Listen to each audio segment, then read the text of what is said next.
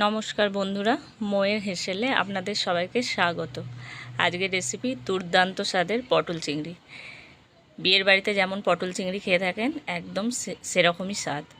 তো প্রথমে চিংড়ি মাছগুলোকে আমি লবণ আর হলুদ দিয়ে ভালো করে মেখে নেব। মেখে 10 মিনিট মতো রেখে দেব। এবার পটলগুলোকে এরকমভাবে কেটে নেব। তার সাথে আলু ডুমো ডুমো করে কেটে নেব। এবার পটল আর আলুকে লবণ আর হলুদ মেখে নেব।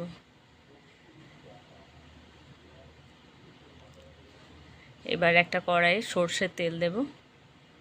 এখানে আমি রান্নাটা সর্ষের তেলে করেছি, আপনারা চাইলে সানফ্লাওয়ার অয়েল বা সয়াবিন অয়েলে করতে পারেন।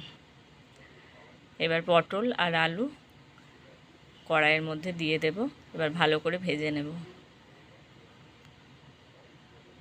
আমি এখানে একসাথে ভেজেছি পটল আর আলু, আপনারা চাইলে পটল আলাদাভাবে আলু আলাদাভাবে ভেজে নিতে পারেন। এবার ওই কড়াইয়ে আরেকটু তেল দিয়ে চিংড়িটাকে ভেজে নেব। চিংড়ি এবার বেশি ভাজলে হবে না, চিংড়ি বেশি ভাজলে খেতে ভালো লাগবে না, সফটনেসটা কমে যাবে। তো একটু নেড়ে চেড়ে চিংড়িটাকে তুলে নেব। কড়াইয়ে পরিমাণ মতো সর্ষের তেল দেব। এবার এলাচ, দারচিনি, লবঙ্গ আর তেজপাতা ফোড়ন দেব। এবার একটু গোটা জিরে দেব। সবটা ভাজা হয়ে গেলে কুচি করে রাখা পেঁয়াজ দিয়ে দেব। পেঁয়াজটাকে ভালো করে ভেজে নেব। বেশ ভালো করে পেঁয়াজটা ভাজতে হবে। পেঁয়াজ ভাজা হয়ে গেলে রসুন আর শুকনো লঙ্কা বেটে রেখেছি সেটা দিয়ে দেব। ভালো করে কষে নেব। পেঁয়াজ আর রসুন লঙ্কা বাটা বেশ ভালো করে কষতে হবে, নয় রসুনের গন্ধ পাওয়া যাবে। ভাজা হয়ে গেলে এবার আদা বাটা দিয়ে দেব। আদা বাটা দিয়ে ভালো করে মশলাটা কষে নেব। মিডিয়াম টু লো ফ্লেমে এটাকে কষতে হবে। এবার হলুদ দিয়ে দেব আর কাশ্মীরি লঙ্কা দেব রঙের জন্য। এবার জিরে গুঁড়ো দেব। আবার মশলাগুলোকে সুন্দরভাবে কষে নেব অল্প আঁচে। মশলাটা থেকে কাঁচা গন্ধ চলে গেলে টমেটো কুচি দিয়ে দেব।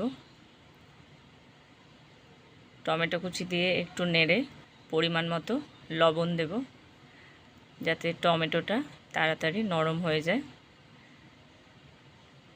এবার একটু ঢাকা দিয়ে দেব। দেখুন টমেটোটা অনেকটাই নরম হয়ে গেছে।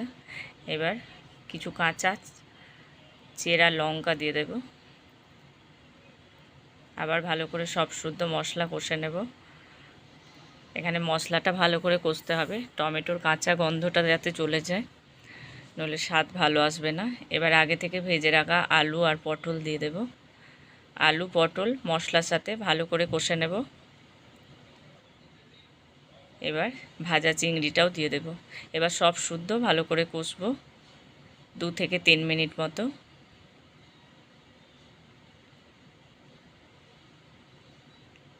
এবার একটু ঢাকা দিয়ে দিয়ে কষবো, যাতে আলু পটলগুলো একটু সিদ্ধ হয়ে যায়। এবার পরিমাণ মতো গরম জল দিয়ে দেব। খুব বেশি জলের প্রয়োজন নেই, যেহেতু পটল আলুগুলো ভাজা আছে, 70% সিদ্ধ হয়েই আছে, তো সেরকম জল দিতে হবে। এবার টেস্টটাকে ব্যালেন্স করার জন্য চিনি দিয়ে দেব। এবার ঢেকে দেব সবটা। ফুটে উঠেছে, আলু পটলগুলো সুন্দর সিদ্ধ হয়ে গেছে। এবার গরম মশলা আর ঘি দিয়ে দেব। এই রেসিপিটা খেতে অসাধারণ হয়।